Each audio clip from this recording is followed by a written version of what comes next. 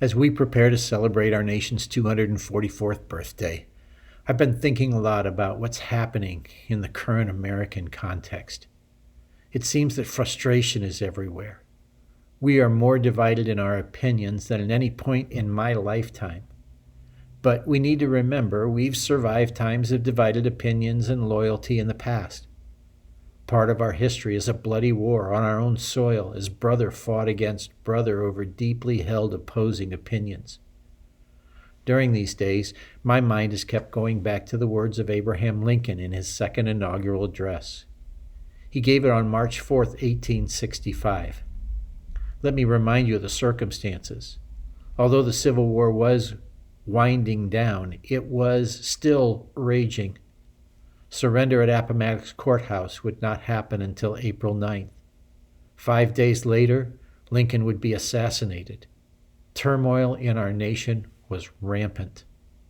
In the middle of all that, Lincoln concluded his address with these words: "With malice toward none, with charity for all, with firmness in the right as God gives us to see the right, let us strive on to finish the work we are in, to bind up the nation's wounds, to do all which may achieve and cherish a just and lasting peace among ourselves and with all nations." Rather than binding up the nation's wounds, it seems as though so many of us today are looking for reasons to be offended.